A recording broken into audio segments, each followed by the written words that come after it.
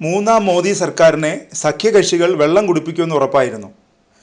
ഒന്നും രണ്ടും സർക്കാരുകളിൽ ഏകാധിപതിയെ പോലെ നിന്ന മോദിക്ക് പക്ഷേ മൂന്നാം സർക്കാരിൽ തുടക്കം മുതൽ പ്രതിസന്ധികളായിരുന്നു. സ്പീക്കർ പദവിക്കായി ചന്ദ്രബാബു നായിഡു വാശി പിടിച്ചത്, NCP അജിത് പവാർ പക്ഷത്തിൻ്റെ അതൃപ്തി, JDU നേതാവ് നിതീഷ് കുമാറിൻ്റെ സമ്മർദ്ദങ്ങൾ തുടങ്ങി ഈ സർക്കാർ അധികകാലം പോകില്ല എന്ന് പോലും രാഷ്ട്രീയ നിരീക്ഷകർ വിധിയെഴുതി.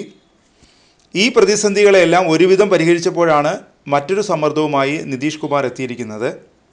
ബീഹാറിന് പ്രത്യേക പദവിയും പ്രത്യേക സാമ്പത്തിക പാക്കേജും ആവശ്യപ്പെട്ടിരിക്കുകയാണ് നിതീഷ് കുമാറിൻ്റെ JDU. പാർട്ടിയുടെ ദേശീയ കൺവെൻഷൻ ഇത് സംബന്ധിച്ച് പ്രമേയവും പാസാക്കി. കേന്ദ്ര സർക്കാരിനോടുള്ള ആവശ്യമെന്ന നിലയിലാണ് NDAയിലെ പ്രധാന സഖ്യകക്ഷിയായ JDU പ്രമേയം അവതരിപ്പിച്ചിരിക്കുന്നത്. NDAയ്ക്കും BJPക്കും തലവേദനയായി നിൽക്കുന്ന മറ്റൊന്ന് ജാതി സംവരണവുമായി ബന്ധപ്പെട്ട JDU നിലപാടാണ്.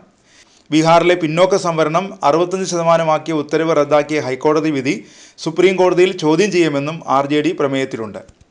ജാതി സെൻസസിൻ്റെ അടിസ്ഥാനത്തിലായിരുന്നു ബീഹാറിലെ പിന്നോക്ക സംവരണം 65%. ജാതി സർവേകൾ നടത്താൻ സംസ്ഥാനത്തിന് അധികാരമില്ലെന്നായിരുന്നു നേരത്തെ കേന്ദ്ര സർക്കാർ സുപ്രീം കോടതിയിൽ നിലപാട് സ്വീകരിച്ചത്. JDU പിന്നോക്ക സംവരണ നിലപാടിൽ ഉറച്ചു നിന്നാൽ BJP പ്രതിരോധത്തിലാകും. ബീഹാറിൻ്റെ പ്രത്യേക പദവി സംബന്ധിച്ചും പിന്നോക്ക സംവരണം സംബന്ധിച്ചും JDU അവതരിപ്പിച്ച പ്രമേയം JDU ദേശീയ കൺവെൻഷന് ശേഷം നിതീഷ് കുമാർ മാധ്യമങ്ങളോട് വിശദീകരിച്ചു. മൂന്നാം നരേന്ദ്രമോദി സർക്കാരിന് നിർണായകമായ പിന്തുണ നൽകുന്നത് JDU ആണ്. സഖ്യകക്ഷിയുടെ ആവശ്യം കേന്ദ്ര സർക്കാരിൽ സമ്മർദ്ദം ചെലുത്തുക എന്ന ലക്ഷ്യത്തോടെ തന്നെയാണ് എന്നാണ് പൊതുവെയുള്ള വിലയിരുത്തൽ. JDU ഉന്നയിക്കുന്ന പ്രത്യേക പദവി എന്ന ആവശ്യത്തോട് കേന്ദ്ര സർക്കാർ എങ്ങനെ പ്രതികരിക്കുമെന്നാണ് എല്ലാവരും ഉറ്റുനോക്കുന്നത്. ആവശ്യത്തിൽ നിന്ന് നിതീഷ് ഒരിഞ്ച് പോലും പിന്നോട്ട് പോകാൻ സാധ്യതയില്ല. സർക്കാരിൻ്റെ ഭാവിയെ തന്നെ ബാധിക്കുന്നതാണ് വിഷയത്തിൽ BJP സ്വീകരിക്കുന്ന നിലപാട്. നേരത്തെ തെലുങ്ക് ദേശം പാർട്ടി ആന്ധ്രാപ്രദേശിന് പ്രത്യേക പാക്കേജ് വേണമെന്ന് ആവശ്യപ്പെട്ടിരുന്നു. JDUവിന് പിന്നാലെ തെലുങ്ക് ദേശം ആന്ധ്രാപ്രദേശിനായി നിലപാടെടുക്കുമോ എന്നാണ് എല്ലാവരും ഉറ്റുനോക്കുന്നത്. എന്താണ് പ്രത്യേക പദവി?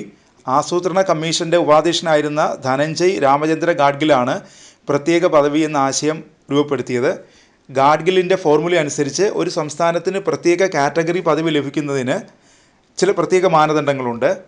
മലയോരം, ദുഷ്കരമായ ഭൂപ്രദേശം, കുറഞ്ഞ ജനസാന്ദ്രത അല്ലെങ്കിൽ കൂടുതൽ ഗോത്രവർഗ ജനസംഖ്യ, അതിർത്തിയോട് ചേർന്ന തന്ത്രപ്രധാനമായ പ്രദേശം, സാമ്പത്തിക അടിസ്ഥാന സൗകര്യ പിന്നോക്കാവസ്ഥ, സംസ്ഥാനത്തിൻ്റെ മോശം ധനസ്ഥിതി എന്നിവയാണ് പ്രത്യേക സംസ്ഥാന പദവി കണക്കാക്കാൻ നിശ്ചയിക്കപ്പെട്ടിരിക്കുന്നത്.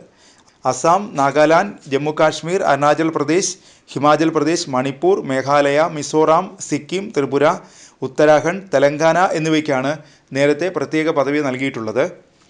സ്പീക്കർ തെരഞ്ഞെടുപ്പിൽ തന്ത്രപൂർവ്വം സഖ്യകക്ഷികളെ വീഴ്ത്തിയ BJP നിതീഷിൻ്റെയും ചന്ദ്രബാബു നായിഡുവിൻ്റെ ആവശ്യത്തിൽ എന്ത് തീരുമാനം സ്വീകരിക്കുമെന്നാണ് കണ്ടറിയേണ്ടത്.